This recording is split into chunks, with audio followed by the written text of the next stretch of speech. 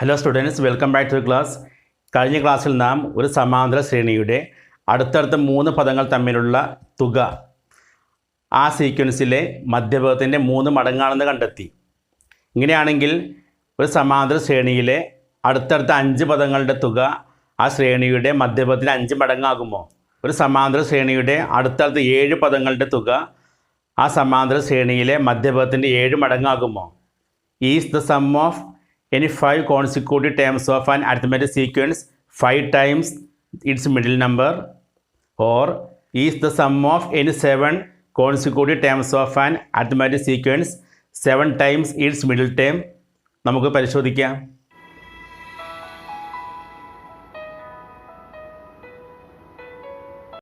നാം നേരത്തെ പഠിച്ച ബന്ധം x1, x2, x3 ഒരു സമാന്തര ശ്രേണിയിലെ അടുത്തടുത്ത 3 പദങ്ങളാണെങ്കിൽ അവയുടെ തുക മധ്യപദമായ x2വിൻ്റെ 3 മടങ്ങായിരിക്കും. അതായത് x1 plus x2 plus x3 equal to 3 into middle term x2. ഇങ്ങനെയാണെങ്കിൽ x1, x2, x3, x4, x5 ഇത് ഒരു സമാന്തര ശ്രേണിയിലെ അടുത്തടുത്ത 5 പദങ്ങളുടെ സമ്മാണ്. നാം പരിശോധിക്കേണ്ടത് ഈ സം ഈ ശ്രേണിയിലെ മധ്യപദത്തിൻ്റെ 5 മടങ്ങാകുമോ? അതായത് x1 plus x2 plus x3 plus x4 plus x5 is equal to 5 into x3 ആകുമോ? ഇതേ രീതിയിൽ 7 ടേംസ് അത് മധ്യപദമായ x4ൻ്റെ 7 മടങ്ങാകുമോ? അതായത് x1 plus x2 plus x3 plus x4 plus x5 plus x6 plus x7 equal to 7 into x4 ആകുമോ? നമുക്കൊന്ന് പരിശോധിച്ച് നോക്കാം. ഒരു സമാന്തര ശ്രേണിയിലെ അടുത്തടുത്ത 5 പദങ്ങളാണ് 4, 7, 10, 13, 16.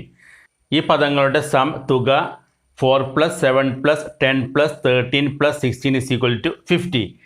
ഇതിൻ്റെ മിഡിൽ ടേം മധ്യപദം 10. ഈ പദങ്ങളുടെ തുക മധ്യപദമായ 10ൻ്റെ 5 മടങ്ങാണോ എന്ന് പരിശോധിക്കാം. അതായത് 5 ഇൻറ്റു 10, 5 10s are 50. അതായത് ഈ സമാന്തര ശ്രേണിയിലെ മധ്യപദത്തിൻ്റെ 5 മടങ്ങാണ് ഈ പദങ്ങളുടെ തുക എന്ന് കിട്ടി. ഇതിൽ നിന്ന് നാം മനസ്സിലാക്കേണ്ടത് ഒരു സമാന്തര ശ്രേണിയിലെ അടുത്തടുത്ത 5 പദങ്ങളുടെ തുക ആ ശ്രേണിയിലെ മധ്യപദത്തിൻ്റെ 5 മടങ്ങാണെന്ന് മനസ്സിലാക്കാം. The sum of any 5 consecutive terms of an arithmetic sequence is 5 times its middle term. Next, സമാന്തര ശ്രേണിയിലെ 7 പദങ്ങളുടെ തുക മധ്യപദത്തിൻ്റെ 7 മടങ്ങാകുമെന്ന് പരിശോധിക്കാം. അതിനായി 3, 7, 11, 15, 19, 23, 27 എന്ന അരിത്മെറ്റിക് സീക്വൻസ് പരിഗണിക്കുക. ഇതിൻ്റെ തുക സം 105. ഇതിൻ്റെ മധ്യപദം മിഡിൽ ടേം 15. ഈ മിഡിൽ ടേമായ 15ൻ്റെ 7 മടങ്ങാണോ 105 പരിശോധിക്കുക. അതായത് 7 ഇൻറ്റു 15, 7 15s are 105. ഇതിൽ നിന്ന് മനസ്സിലാക്കേണ്ടത് ഒരു സമാന്തര ശ്രേണിയിലെ അടുത്തടുത്ത 7 പദങ്ങളുടെ തുക ആ ശ്രേണിയിലെ മധ്യപദത്തിൻ്റെ 7 മടങ്ങായിരിക്കും. The sum of any 7 consecutive terms of an arithmetic sequence is 7 times its middle term. That is x1 plus x2 plus x3 plus x4 plus x5 plus x6 plus x7 equal to 7 into the middle term x4. അതായത് the sum of any 5 consecutive terms of an arithmetic sequence is 5 times its middle term. സമാന്തര ശ്രേണിയുടെ അടുത്തടുത്ത 5 പദങ്ങളുടെ തുക മധ്യപദത്തിൻ്റെ 5 മടങ്ങായിരിക്കും. Next, the sum of any 7 consecutive terms of an arithmetic sequence is 7 times its middle term. അതായത് ഒരു സമാന്തര ശ്രേണിയുടെ അടുത്തടുത്ത 7 പദങ്ങളുടെ തുക മധ്യപദത്തിൻ്റെ 7 മടങ്ങായിരിക്കും. ഇപ്പോൾ നാം കണ്ടത് ഒരു സമാന്തര ശ്രേണിയിലെ അടുത്തടുത്ത 3 പദങ്ങളുടെ തുക ആ ശ്രേണിയിലെ മധ്യപദത്തിൻ്റെ 3 മടങ്ങും, അടുത്തടുത്ത 5 പദങ്ങളുടെ തുക മധ്യപദത്തിൻ്റെ 5 മടങ്ങും, അടുത്തടുത്ത 7 പദങ്ങളുടെ തുക മധ്യപദത്തിൻ്റെ 7 മടങ്ങും ആകുമെന്നാണ്. അതായത് ഒരു സമാന്തര ശ്രേണിയിലെ പദങ്ങളുടെ എണ്ണം ഒറ്റ സംഖ്യയാണെങ്കിലാണ് ഈ ബന്ധം ശരിയാകുകയുള്ളൂ. അങ്ങനെയാണെങ്കിൽ പദങ്ങളുടെ എണ്ണം ഇരട്ട സംഖ്യയാണെങ്കിലോ? അതായത് അടുത്തടുത്ത 4 പദങ്ങളുടെ തുക ഏതെങ്കിലും പദവുമായി ബന്ധമുണ്ടോ? അല്ലെങ്കിൽ 6 പദങ്ങളുടെ തുക ഏതെങ്കിലും പദവുമായി ബന്ധമുണ്ടോ? 8 പദങ്ങളുടെ തുക എന്തെങ്കിലും ബന്ധമുണ്ടോ? നമുക്ക് പരിശോധിച്ച് നോക്കാം. 6, 10, 14, 18 ഇവർ സമാന്തര ശ്രേണിയിലെ അടുത്തടുത്ത 4 പദങ്ങളാണ്. 6, 10, 14 and 18 are 4 consecutive terms of an arithmetic sequence. ഇവിടെ മധ്യപദം കൃത്യമായ ഒരു പദമില്ലാത്തത് കൊണ്ട് ആ റിലേഷൻ പറ്റില്ല. നമുക്ക് മറ്റൊരു ബന്ധം പരിശോധിക്കാം. അറ്റങ്ങളിലെ സംഖ്യകളായ 6ഉം 18ഉം ഒന്ന് ആഡ് ചെയ്യാം. 6 + 18 = 24. ഇനി ഈ ശ്രേണിയിലെ മധ്യപദങ്ങളായ 10ഉം 14ഉം ഒന്ന് ആഡ് ചെയ്യാം. 10 + 14 = 24. അതായത് ഒരു സമാന്തര ശ്രേണിയിലെ അടുത്തടുത്ത 4 പദങ്ങളിൽ അറ്റങ്ങളിലെ പദങ്ങളുടെ തുകയും മധ്യപദങ്ങളുടെ തുകയും തുല്യമായിരിക്കും. For any 4 consecutive terms of an arithmetic sequence, the sum of the terms on the ends and sum of the terms in the middle are equal. That is, for any 4 consecutive terms of an arithmetic sequence, the sum of the 2 terms on the 2 ends and the sum of the 2 terms in the middle are the same. അതായത് ഒരു സമാന്തര ശ്രേണിയിലെ അടുത്തടുത്ത 4 പദങ്ങളിൽ അറ്റങ്ങളിലെ പദങ്ങളുടെ തുകയും നടുക്കുള്ള 2 പദങ്ങളുടെ തുകയും തുല്യമായിരിക്കും. അടുത്തതായി ഒരു സമാന്തര ശ്രേണിയിലെ ഏതെങ്കിലും പദങ്ങൾ തമ്മിലുള്ള തുകയും ആ പദങ്ങളുടെ പൊസിഷൻസിൻ്റെ തുകയും എന്തെങ്കിലും ബന്ധമുണ്ടോ എന്ന് പരിശോധിക്കാം. അതിനായി ഈ സമാന്തര ശ്രേണി പരിഗണിക്കുക. 4, 7, 10, 13, 16, 19, 22, 25, 28. Then പൊസിഷൻ സ്ഥാനം first term 4, second term 7, third term 10, fourth, fifth, sixth, seventh, eighth, ninth, 28. ഇവിടെ ഫസ്റ്റ് പൊസിഷനും ലാസ്റ്റ് പൊസിഷനും, അതായത് 1, 9, 1, 9. Then second position, next 8 position, 2, 8. Next third position, 7th position, 3, 7. Next fourth position, 6th position, 4, 6. ഇവയുടെ some കണ്ടു നോക്കൂ. 1 + 9, 2 + 8, 3 + 7, 4 + 6. ഇവയുടെ എല്ലാം some 10 ആയിരിക്കും. 1 + 9 10, 2 + 8 10, 3 + 7 10, 4 + 6 10. ഇനി ഈ പൊസിഷനിലെ ടേംസിൻ്റെ സം കാണാം. ആദ്യം 4 + 28, 4 + 28. Next 7 + 25, 7 + 25. Next 10 + 22, 10 + 22. Next 13 + 19.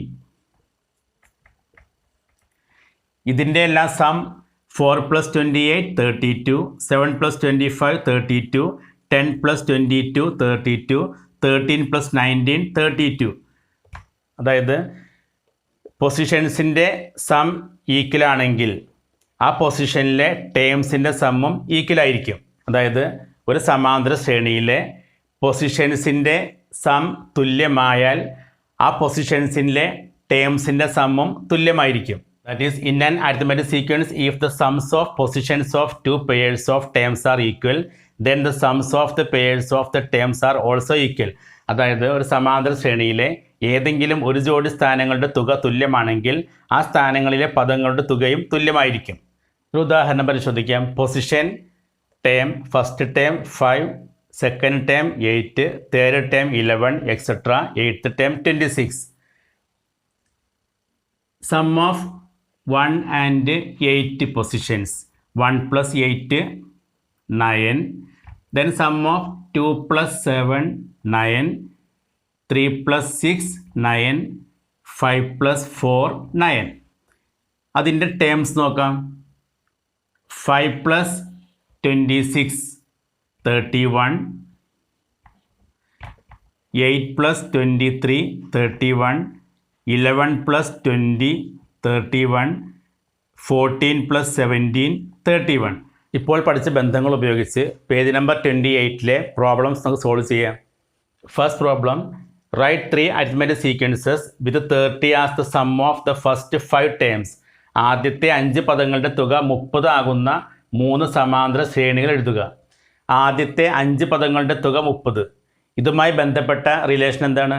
The sum of any 5 consecutive terms of an arithmetic sequence is 5 times its middle term. അതായത് ഒരു സമാന്തര ശ്രേണിയിലെ അടുത്തടുത്ത 5 പദങ്ങളുടെ തുക മധ്യപദത്തിൻ്റെ 5 മടങ്ങാകും. ഈ ബന്ധം ഉപയോഗിച്ച് നമുക്ക് ഇത് സോൾവ് ചെയ്യാം. അതായത് സം ഓഫ് 5 കോൺസിക്യൂട്ടീവ് ടേംസ് അടുത്തടുത്ത 5 പദങ്ങളുടെ തുക ഈക്വൽ ടു 30. ദെൻ ആ ബന്ധപ്രകാരം അടുത്തടുത്ത 5 പദങ്ങളുടെ തുക മധ്യപദത്തിൻ്റെ 5 മടങ്ങായിരിക്കും. x1, x2, x3, x4, x5. ഈ 5 പദങ്ങളിൽ മധ്യപദം x3. ഈ x3യുടെ 5 മടങ്ങാണ് പദങ്ങളുടെ തുക. 5 into x3 equal to 30. Therefore x3 equal to 30 into 5 become by 5. 30 by 5 is equal to 6. അതായത് ഈ സമാന്തര ശ്രേണിയിലെ മധ്യപദം 6 എന്ന് കിട്ടി. ഈ ശ്രേണിയിൽ ആകെ 5 പദങ്ങളാണ്. First term, second term, third term, fourth term, fifth term. ഇതിൽ മധ്യപദമായ x3 6 കിട്ടി. ഇനി മറ്റ് പദങ്ങൾ കാണുന്നതിന് ഈ ശ്രേണിയിലെ കോമൺ ഡിഫറൻസ് കൺസിഡർ ചെയ്യണം. അതിനായി ഏതെങ്കിലും ഒരു നമ്പർ കോമൺ ഡിഫറൻസായി പരിഗണിക്കുക. ഉദാഹരണമായി d is equal to 2. Then third term 6. Then fourth term 6 plus common difference 2. 6 plus 2 is equal to 8.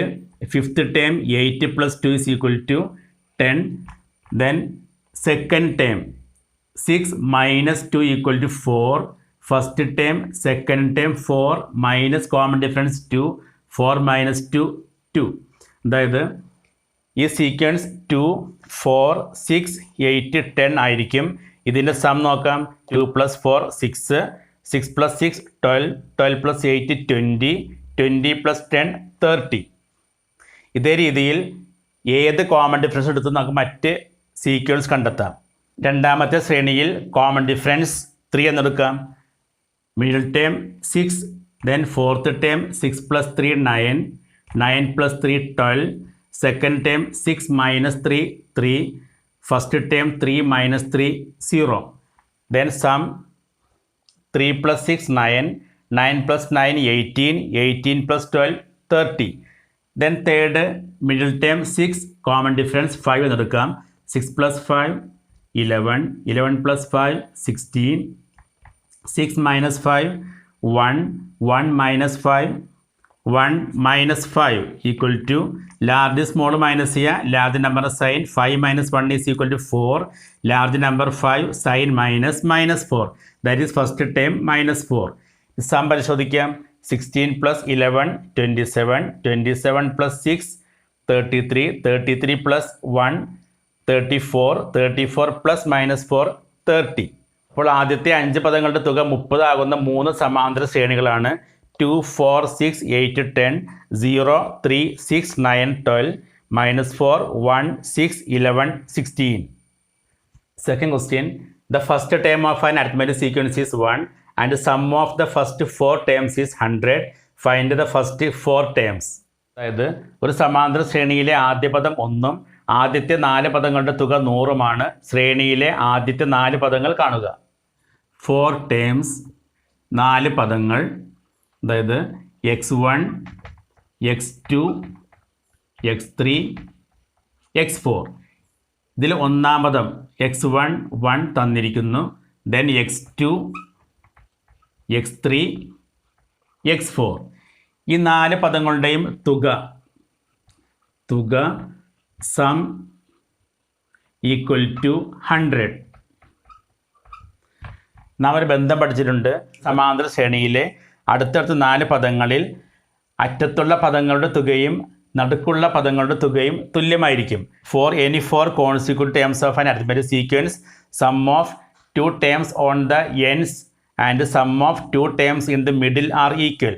That is first term plus last term. അതായത് 1 + x4 equal to sum of 2 middle terms, that is x2 plus x3.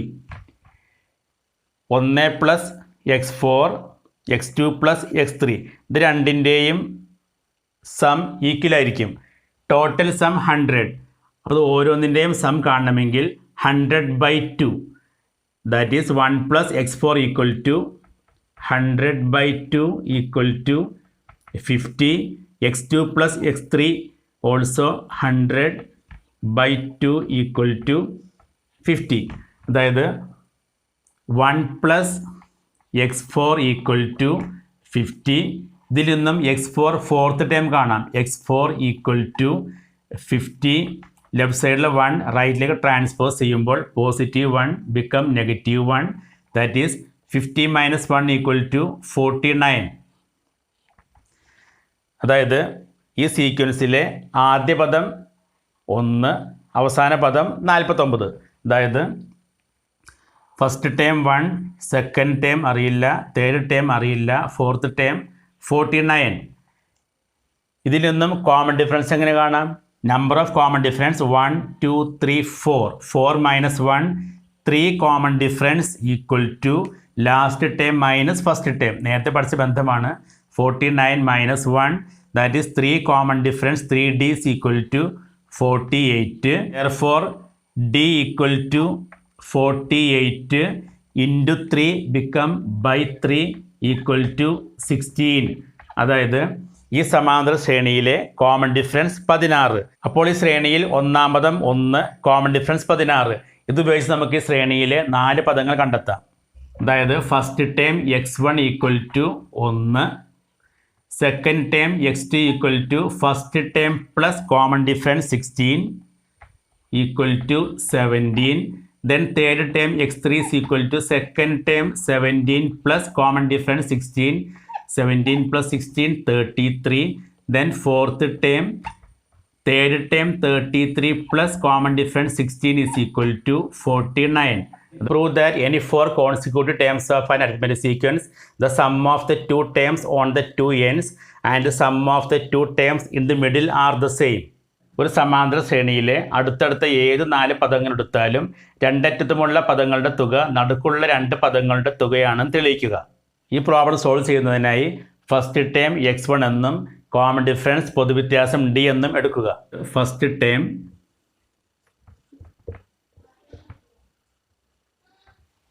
ആദ്യ പദം x1, then common difference പൊതുവ്യത്യാസം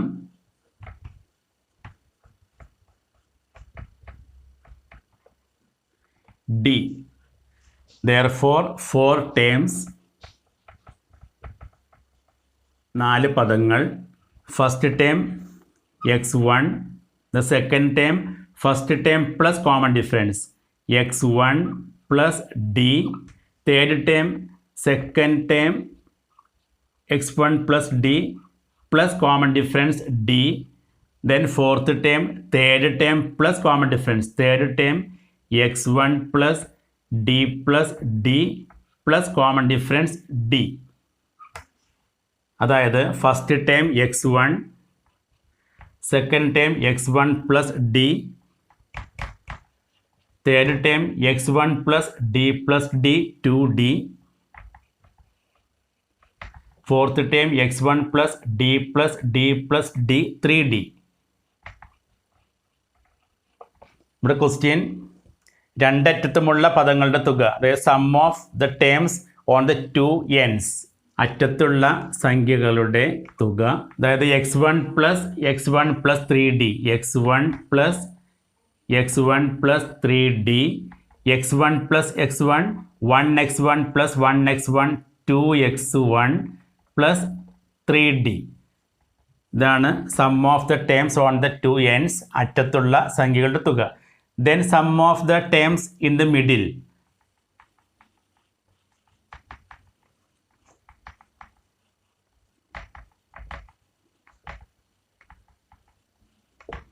നടുക്കുള്ള പദങ്ങളുടെ തുക. നടുക്കുള്ള പദങ്ങൾ x1 plus d, x1 plus 2d. Then തുക x1 plus d plus x1 plus 2d. Same terms add ചെയ്താൽ x1 plus x1 2x1 plus d plus 2d, 1d plus 2d 3d. അതായത് sum of the terms on the two ends 2x1 plus 3d, sum of the terms in the middle 2x1 plus 3d. Sum of the terms on the two ends are equal to sum of the terms in the middle. അതായത് അറ്റത്തുള്ള സംഖ്യകളുടെ തുകയും നടുക്കുള്ള പദങ്ങളുടെ തുകയും തുല്യമാണ്. Page number 28-ലെ 3 പ്രോബ്ലംസാണ് നാം solve ചെയ്തത്. അടുത്ത പ്രോബ്ലംസ് അടുത്ത ക്ലാസ്സിൽ സോൾവ് ചെയ്യാം. ഇനിയും ചാനൽ സബ്സ്ക്രൈബ് ചെയ്യാത്തവർ സബ്സ്ക്രൈബ് ചെയ്യുക. കൂടാതെ അടുത്തുള്ള ബെൽ ഐക്കൺ പ്രസ് ചെയ്യുക. Thank you.